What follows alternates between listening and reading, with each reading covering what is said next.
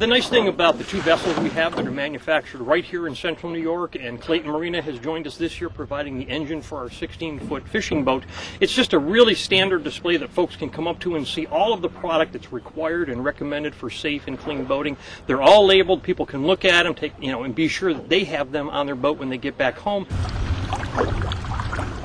Paddle sports are being added in this year because it's unique, and it's something a lot of folks don't think about when it comes to safety and clean and invasive. And paddle sports is one of the largest growing segments of boating use in New York State and across the United States.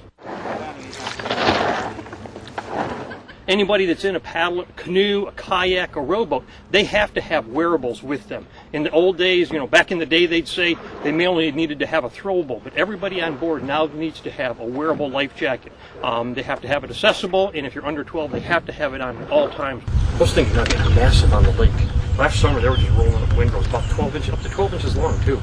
The invasive species issue, a lot of folks are really good at making sure they're not transporting them with their boat or their trailer. Something we all need to be cognizant of and be thinking about are all the other things we do on our boat that could possibly transport, whether it be the net where you might get a weed caught in it, or your bait bucket, or even your fishing pole where you might get something caught on it. So you want to make sure you're taking and inspecting everything that was in the water, draining any water so it doesn't go from one body of water to the next. And if you have time, rinse everything off and just let it dry out so that even the small critters that are out there, be it a small weed fragment or anything else that might be not even be able to be seen yet, is not going to be transported from one body of water to the other.